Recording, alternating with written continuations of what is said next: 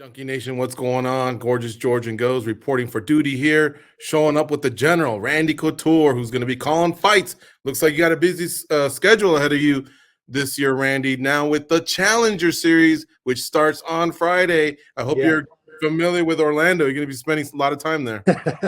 Yeah, I did 4 of the Challenger Series shows last season, and I'm doing 3 of those shows this season. Out of the 8, they do 8 Challenger Series. We've had a couple of females, and certainly Delano Taylor and Carlos Leal come through the Challenger Series into the regular season and make an impact last season. I expect more of the same this season with the Challenger Series. There's some very talent.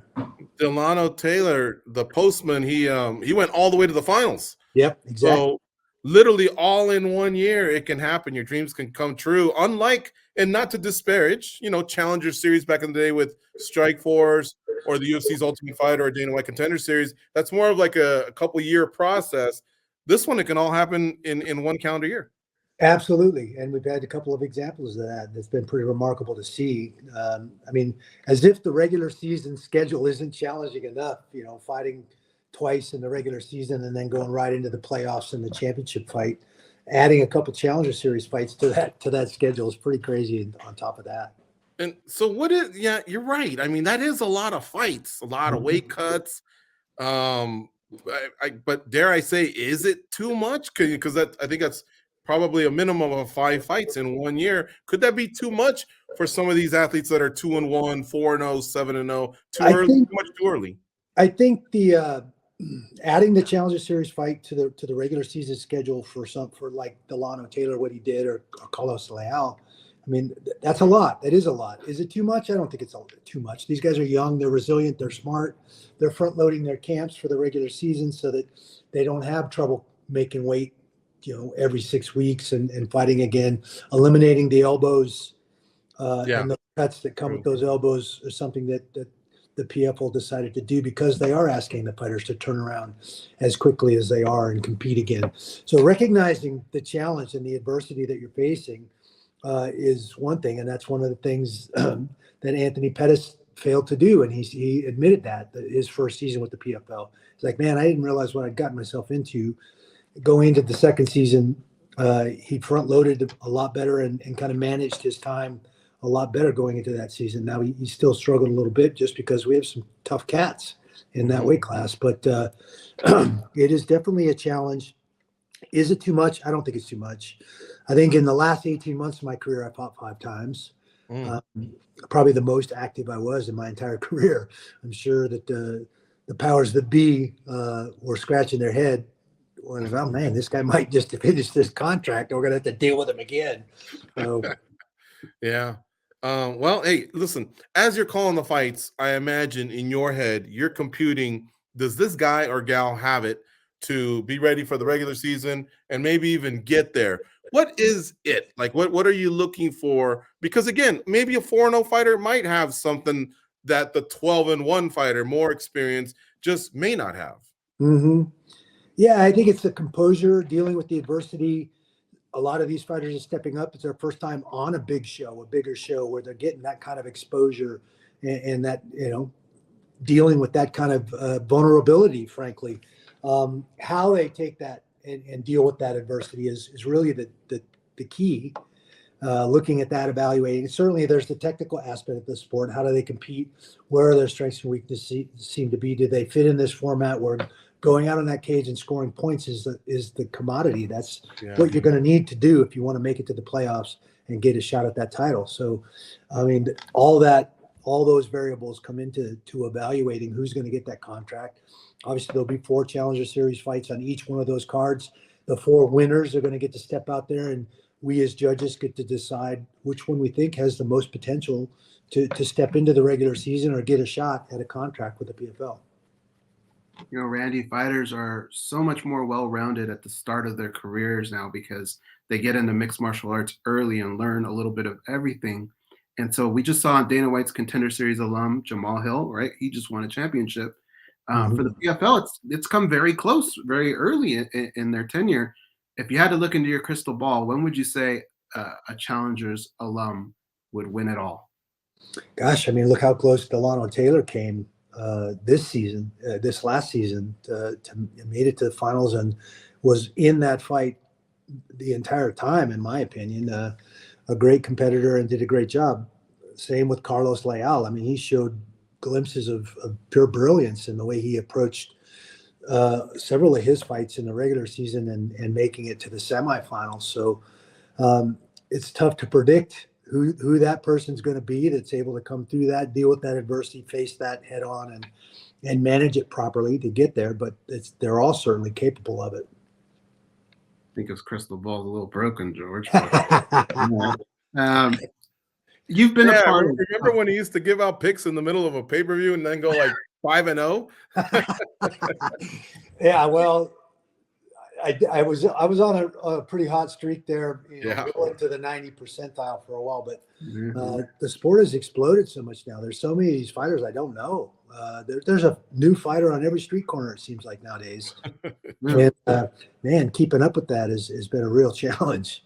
Well, you've been a part of 3 shows where it involves developing talent, right? With the Ultimate Fighter, with Fight Master, and now the Challenger Series. What are one thing that you could say all of those young fighters have in common, and then one thing that they all have in common as far as like maybe a detriment that kind of always seems to pop up for these guys? Well, I think the thing they all have in common, and this is something that I had too, and I think every one of us is willing to face this sport and the adversity and try to make a living at it, is passion. You have to have a passion for this. This is a tough way to make a living. I mean, think about it. You're getting punched in the face for your money. There's nothing easy about it. And I think that's what every one of these young guys has, is that this is something they want to do, something they're very passionate about. They're willing to make the sacrifices and the adjustments that they need to make in their lives and in their training to be successful at this. And that's what you're looking for. If there's somebody out there that's just doing this because they think they're going to get rich, because they think they can make money, they're in this for the wrong reason. You have to be passionate about this to do this. I think the one common denominator with certainly all these young folks is the lack of experience. They just don't have the experience to know where they fit in, where their strengths and weaknesses are yet. That only comes by putting yourself out there. And the more times you put yourself out there, the more of that you start to figure out what works, what doesn't work, what you need to tweak, what you need to adjust, what areas of strength that you have, what potential areas of weakness that you have that you need to spend time working and shoring up and making those weaknesses strengths. It's that experience is what these young guys lack. And opportunities like the Challenger Series give them an opportunity to step out there and gain that experience. And it all starts on Friday, folks, the 27th, on Fubo Sports, which is part of Fubo TV, 9 p.m. Eastern, 6 p.m. Pacific. The welterweights are in action this week. Randy, is that one of your favorite weight classes? Have you developed like a 1, 2, 3 as far as your favorites? I'm sure you know what? It's become one of my favorite weight classes in the PFL for sure. We have some absolute killers in this division. Magomed Kirimov, I mean, Cooper, I mean, name it. There are some great fighters in this division. Always excited to see them. It's a deep division. If you're going to break into that lineup, you almost be careful what you wish for, because there's some absolute killers in there. Yeah, including last year's champion training out of Extreme Couture, Sadabu C. Yeah. Congrats to him. He's the one that took out the Postman, who didn't deliver that night. Hopefully I got you guys a stamp of approval on that joke. Randy, on the way out here, just because you're a huge figure in the sport and huge news dropped earlier this year, Francis Ngannou no longer with the UFC. Heck, your name even popped up. The UFC said chat with Randy Couture about a similar situation, and Francis said he did when he spoke, on his own about that. What can you reveal about either your conversation or everything that went down with that big news here, where he's no longer with you?